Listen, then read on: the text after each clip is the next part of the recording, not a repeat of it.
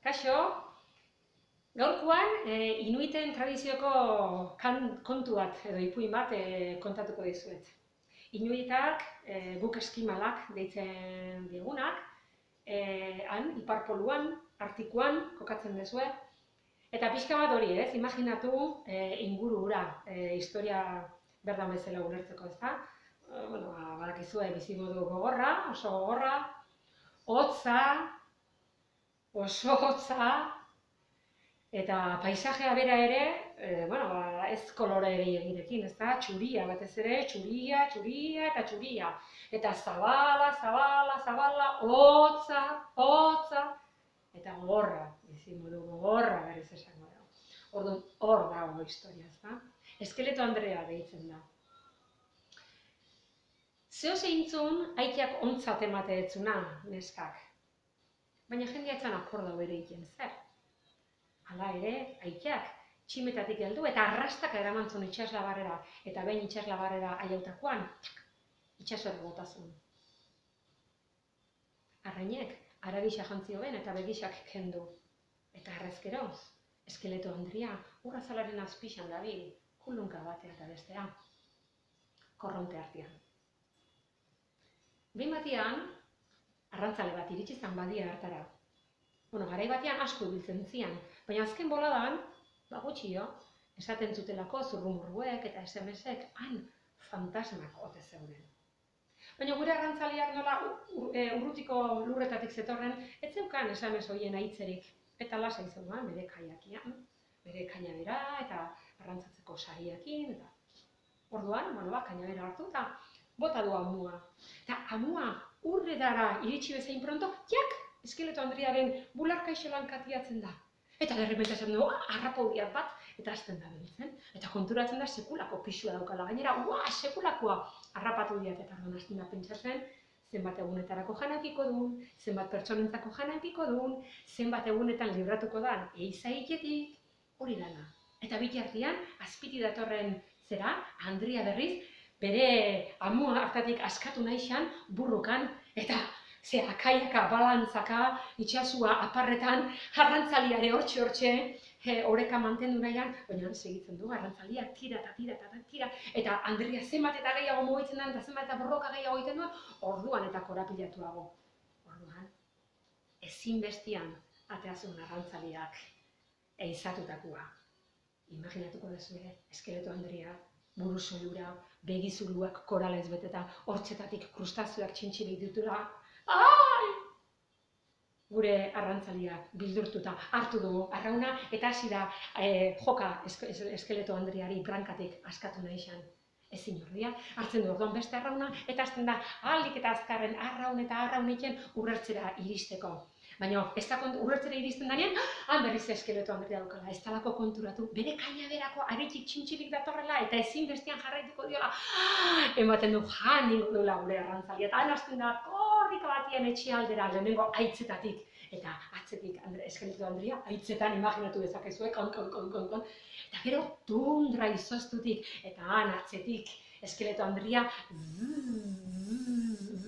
irristaka, eta gero noa eta lehortzen jarreta daukan haragi puskaren gainetik pasatzen da arrantzalia eta apurtzen du haragi guztia, eta gure Eskeleto Andreak bide batez hartzen du haragi zatitxo bat eta ahoratzen du aspaldi ezer jangabe dagota. Eta han jarraitzen du ordia Eskeleto Andreak bere atzetik eta arrantzalia, ezin gehixo bere etxera iristeko desiatzen, halako baten bere izotzezko etxera iristen den arte, eta tunelian katuka sartzen den, sukaldera arte eta sukaldian etzaten da, eta hasten da errekuperatzen, arnasa, lasaitzen, bere malkoak eta zotinak baretzen.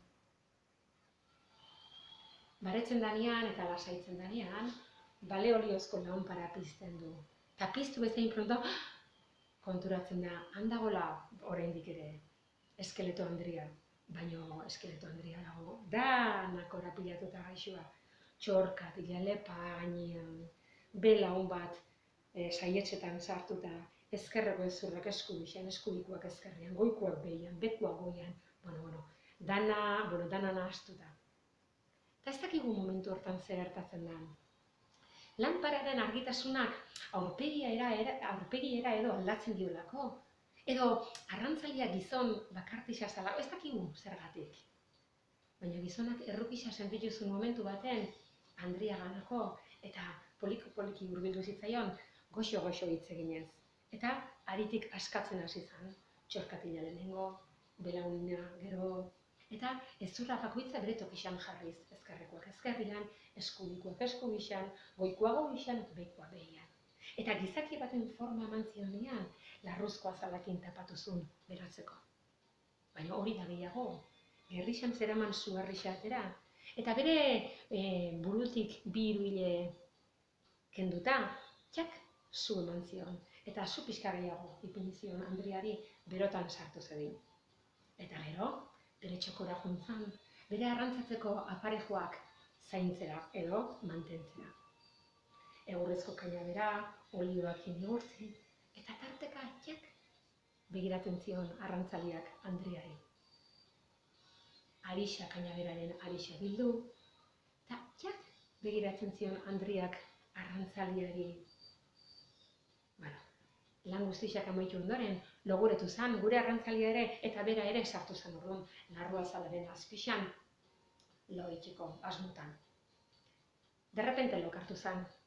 Eta lokartziakin batera ametxeten hasi zen. Eta txak, malko bat irten zitzaion begietatik. Eta gure eskeleto Andriak lanpararen lizdirakin edo ikusi malkoa, eta egarria sortu zitzaion. Hurbildu zan arrastaka gizonaren gana, eta zurrupatu zion malkua. Eta erreka bat bezala etorri zitzaion malkua Andriari. Eta jarraitu zuen Andriak zurrupatzen. Eta zurrupatzen, edan eta edan asetu zen arte. Eta behin asetu zanean, entzun zuen gizonaren danbora handixa bihotza nola izan, taup, eta orduan eskuak hartu, eta haren larrua zalian sartu da. Atea zuen bihotza. Eta bihotzari eraginez, ponpon, hasi zen kantuan Andria. Ponpon, aragia azala, eta azala sortu zitzaion gorputz osoan. Eta jarraitu zuen bihotzakin, ponpon, ilea, begiak, eskuak, eta hasi zitzaion hile luze bat, begiak eta esku potoloak. Eta eskatu zuen, titiak, ugatzak, bularra, eta sortu zitzaizkion, bititi luze berotzeko eta besarkatzeko, eta ponpon, jarraitu zuen eskatzen, botoia, zuloa, Espainiak, eta sortu zitzaizkion horiek ere behar eta nahi beste gozatzeko, eta ponpon, jarraitu zuen eta eskatu zuen gizonaren erropak desagerrarazteko, eta orduan bere alboan etzanda sartu zion Andriak berriz ere danbor handi hori bere gorputzean, eta orduan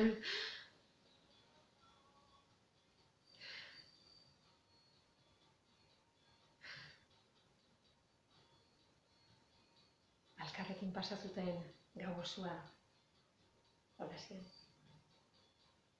Eta hurrengo goizian, esnatu zian, elkar besarkatuta, elkar korapilatuta, baina hurrengo hortan diferente. Gozo eta iraunkor. Eta hori hola bazan, eta ez pasan, sartu dadila zuen etxeetan, ondo izan, aio!